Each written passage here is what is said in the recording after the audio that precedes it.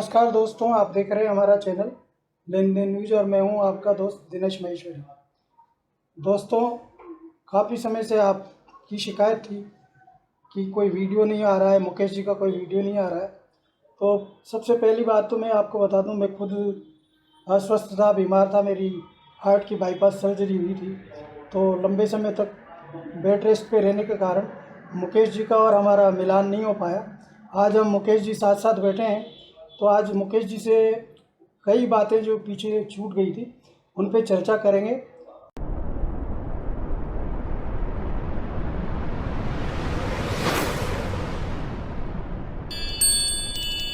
नमस्कार मुकेश जी। नमस्कार। मुकेश जी, काफ़ी दिनों से हमारे जो श्रोता हैं, दर्शक हैं, उनका सुझाव आ रहा था कि सरसों की क्या स्थिति चल रही है और जैसे रूस और यूक्रेन का जो युद्ध चल रहा है उससे इन तेलन की जो भाव है इन पे क्या असर पड़ने वाला है। रूस और यूक्रेन युद्ध की वजह से निश्चित रूप से थोड़ा बहुत फर्क पड़ेगा, क्योंकि यूक्रेन जो है सूरजमुखी का बहुत बड़ा सूरजमुखी ऑयल का सप्लायर था। तो वहाँ अवरोध आने से भाव, हालांकि ऑलरेडी जो सरसों व सोयाबीन दोनों के भाव हैं, सोयाबीन ऑलरेडी तेज़ ही चल रहा था, तथा सरसों में जो मंदी आनी चाहिए थी वह नहीं आई। उसका मुख्य कारण रूस यूक्रेन युद्ध ही था। जैसा कि मैं पहले भी कहता आया हूँ, जो मैंने सोयाबीन के समय भी कहा था और वापस सरसों के समय भी कहा कि निश्चित रूप से आपके और हमारे लिए सरसों की बम्पर क्रॉप हुई है। लेकिन क्या वह क्रॉप अपनी है?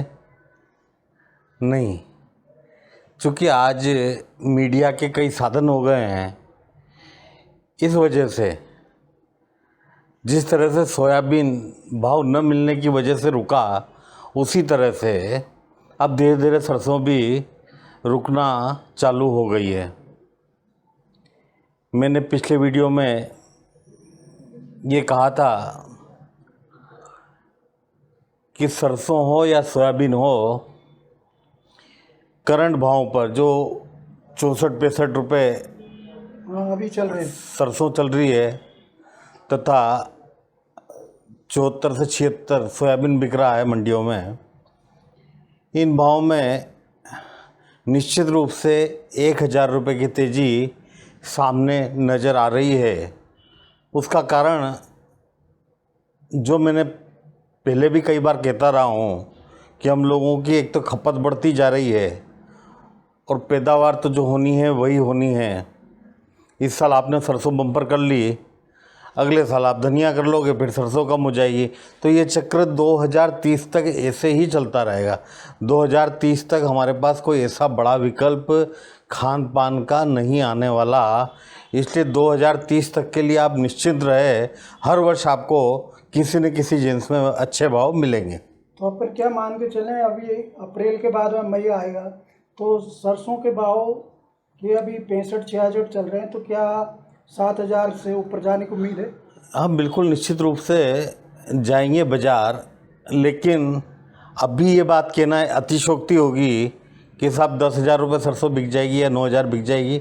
हाँ, निश्चित रूप से बाज़ार तेज़ रहेंगे। अब किस लेवल पर किसान का माल निकलेगा ये न आपको पता है न मुझे पता है। अब बात करते हैं अपन सोयाबीन की।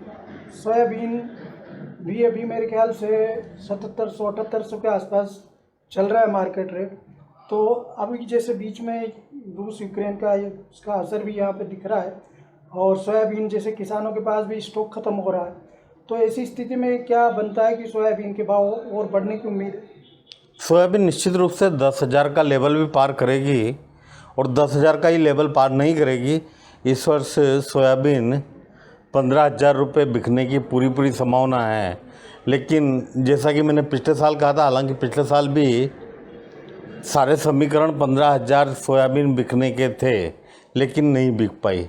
हाँ, सरकार ने कुछ अड़चनें पैदा कर दी उसमें। अड़चनें इस वर्ष भी पैदा की है, लेकिन चूँकि इंटरनेशनल मार्केट ऑलरेडी तेज़ है, इसलिए यदि अब सरकार कोई फैसले भी कर रही है तो उसका असर, जैसे अभी सरसों में किया था स्टॉक सीमा लागू करने का, तो इसका असर 2 दिन 4 दिन 8 दिन, बस इससे ज़्यादा इसका असर नहीं रह पाता है। तो ये निश्चित रहिए कि सोयाबीन 10,000 तो बिकेगी ही सही, लेकिन मेरा पर्सनल ध्यान 15,000 बिकने का है। बाकी जैसा कि मैं पूर्व में कहता आया हूँ, एग्री कम्योडिटी में समय समय पर समीकरण चेंज होते रहते हैं, तो आप हमारे साथ बने रहिए। धन्यवाद मुकेश जी, आपने बहुत ही अच्छी जानकारी हमारे दर्शकों को दी। दोस्तों, अगर आपको ये वीडियो अच्छा लगा हो तो लाइक कीजिए, शेयर कीजिए, साथ ही हमारे चैनल लेन देन न्यूज़ को सब्सक्राइब कीजिए।